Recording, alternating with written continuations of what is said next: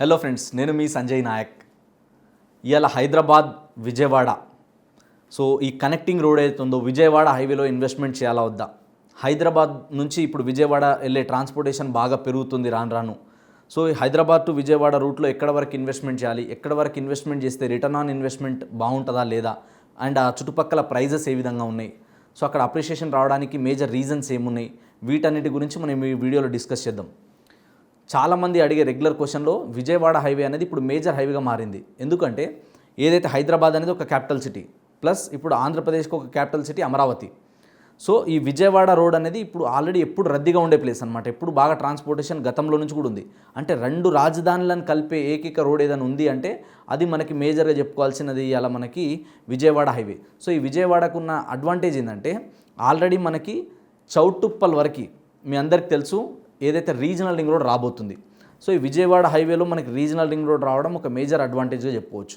ఒకటి మనకి AP connect చేస్తుంది, సెకండ్ రీజనల్ రింగ్ రోడ్ని కనెక్ట్ అయి ఉంది ఈ హైవేలో. ఎల్బీ నగర్ నుంచి చూసుకుంటే మనం ఆల్రెడీ ఓఆర్ఆర్ లోపల విపరీతమైన డెవలప్మెంట్ వచ్చేసింది పెద్దంబర్పేట వరకు.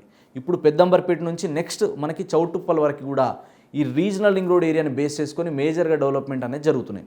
ఎందుకంటే ఇక్కడ కాలేజెస్ ఎక్కువన్నాయి, స్కూల్స్, హాస్పిటల్స్, బ్యాంకులు చాలా బాగా వచ్చేసినాయి. ఈ ఏరియాలంతా కూడా చాలా బాగా డెవలప్మెంట్ అవుతుంది.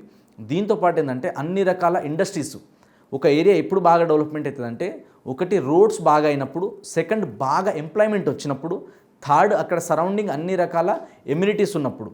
అంటే అక్కడ వాటర్ మంచిగా ఉండడం, తర్వాత వచ్చేసి స్కూల్స్, కాలేజెస్ ఇవన్నీ దగ్గరలో ఉండాలి అనుకోవడం, ఎంప్లాయ్మెంట్ ఎక్కువ ఉన్నప్పుడు అన్ని రకాల ఎమ్యూనిటీస్ లైక్ మనకి షాపింగ్ కాంప్లెక్స్ కావచ్చు, సినిమా హాల్స్ కావచ్చు, అన్ని రకాల ఎంటర్టైన్మెంట్ కావచ్చు, ఇవన్నీ దగ్గర ఉండాలని చూసుకుంటారు అనమాట.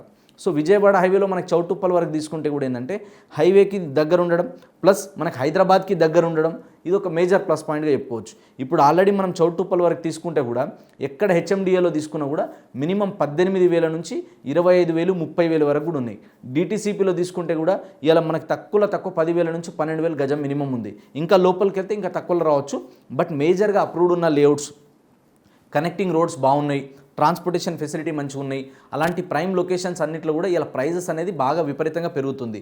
ఎప్పుడైతే క్యాపిటల్ సిటీ అమరావతి అని చెప్పిన తర్వాత ఇంకొకటి ఏంది, ఈ హైవే కూడా మనకి 4 లైన్స్ ఉన్నది కాస్త దీన్ని 6 లైన్స్ ఎక్స్పాన్షన్ చేయాలి.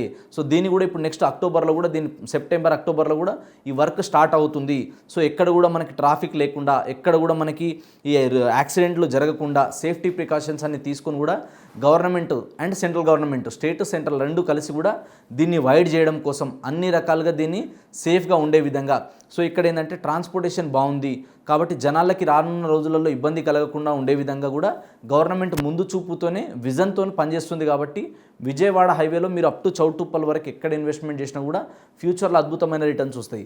మీరు ఇన్వెస్ట్మెంట్ చేసే ముందు ఒకటి ఏం చూసుకోవాలంటే లీగల్గా అన్నీ క్లియర్ ఉన్నాయా లేదా, దాంతోపాటు అక్కడ రావడానికి పోవడానికి మనకి రోడ్స్ యాక్సెస్ బాగుందా లేదా, సరౌండింగ్ మున్సిపాలిటీస్కి ఎంత దూరంలో ఉన్నాం, సరౌండింగ్ మెయిన్ టౌన్స్కి ఎంత దూరంలో ఉన్నాం, ఇవి చూసుకున్న తర్వాత మనకి సరౌండింగ్ ఎంప్లాయ్మెంట్, ఇప్పుడు సెంట్రల్ గవర్నమెంట్తో పాటు మనకి ఇప్పుడు గవర్నమెంట్, స్టేట్ గవర్నమెంట్ కూడా ఏముంటుందంటే విజయవాడ హైవేని ఖచ్చితంగా బాగా డెవలప్మెంట్ చేస్తాము.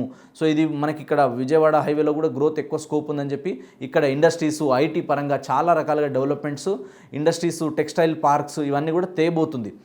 దీంతో పాటు ఏంటంటే మనకి ఈ ఎంటర్టైన్మెంట్ జోన్గా బాగా డెవలప్మెంట్ చేయాలి, దీంతో పాటు మనకి ఇండస్ట్రియల్ హబ్గా డెవలప్మెంట్ చేయాలి అని చెప్పేసి కూడా గవర్నమెంట్ ఇక్కడ ప్రపోజల్ చేస్తుంది. కాబట్టి ఫ్యూచర్లో మనకి రిటర్న్ ఆన్ ఇన్వెస్ట్మెంట్కి ఎక్కువ స్కోప్ ఉంది.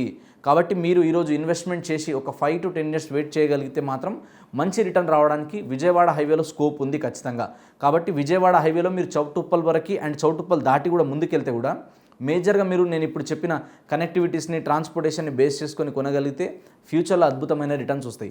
మీకు రియల్ ఎస్టేట్ పరంగా ఇంకా ఎలాంటి డౌట్స్ ఉన్నా, రియల్ ఎస్టేట్ పరంగా ఎలాంటి నాలెడ్జ్ మీరు తెలుసుకోవాలన్నా ఈ బ్రదర్ సంజయ్ నాయక్ని కన్సల్ట్ అవ్వచ్చు. 9502682042 అనే నెంబర్ కాల్ చేయండి. ఎనీ సోషల్ మీడియా ప్లాట్ఫామ్లో సంజయ్ నాయక్ అని సెర్చ్ చేస్తే నా కాంటాక్ట్ నెంబర్ మీకు అవైలబుల్ ఉంటుంది. Thank you so much.